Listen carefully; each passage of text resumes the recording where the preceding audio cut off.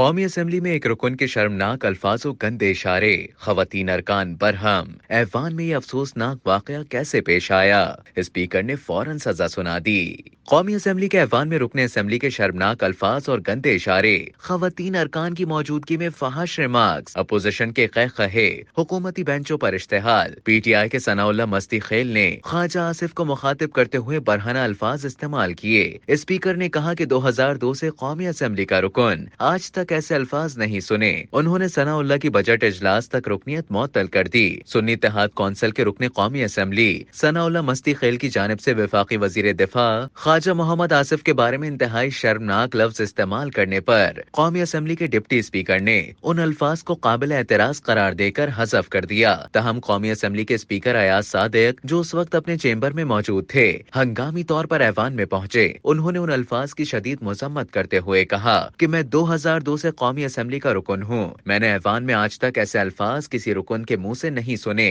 جس کے بعد انہوں نے ثناء اللہ کی اجلاس میں شرکت کی معطلی سے متعلق قرارداد پیش کی۔ اس موقع پر سنی اتحاد کونسل کے ارکان مسلسل یہ مطالبہ کرتے رہے کہ رکنیت کی معطلی صرف 2 دن کے لیے کی جائے، جس پر مسلم لیگ نون کی خواتین ارکان نے شدید احتجاج کرتے ہوئے نامنظور نامنظور کے نعرے لگائے اور ان کی بات مان لی گئی، اور اسپیکر نے پورے بجٹ سیشن تک ثناء اللہ مستی خیل کی رکنیت معطل کر دی۔ قومی اسمبلی میں پیش آنے والے اس افسوسناک واقعے کی تفصیلات کچھ یوں ہے کہ بجٹ پر بحث کے دوران پرامن ماحول میں ایم کیو ایم کے رکن حفیظ الدین نے اپوزیشن پر تنقید کے دوران یہ شعر پڑھا: ابتدائے عشق ہے روتا ہے کیا، آگے آگے دیکھیے ہوتا ہے کیا، جس کے جواب میں پی ٹی آئی کے ثناء اللہ مستی خیل نے جواباً یہ شعر پڑھا: کتنے بے درد ہیں سر سر کو صبا کہتے ہیں، کیسے ظالم ہیں کہ ظلمت کو ضیاء کہتے ہیں۔ تاہم ایک دوسرے پر تنقید کے دوران ثناء اللہ مستی خیل نے خواجہ آصف کو ہدف بناتے ہوئے کہا کہ ہم عوام کا ووٹ لے کر اس ایوان میں آئے ہیں، کسی کے ڈیش اٹھا کر نہیں آئے۔ اس پر ایک طرف تو اپوزیشن کی نشستوں پر موجود کم و بیش تمام ارکان نے اس شرمناک لفظ کو، جسے گالی قرار دیا جا رہا ہے، انجوائے کرتے ہوئے خوب قہقہے لگائے اور ڈیسک بجائے، تو دوسری طرف حکومتی بینچوں پر اشتعال کی صورتحال پیدا ہو گئی۔ حکومتی بینچوں پر اس وقت مسلم لیگ نون کی خواتین ارکان کی بڑی تعداد موجود تھی،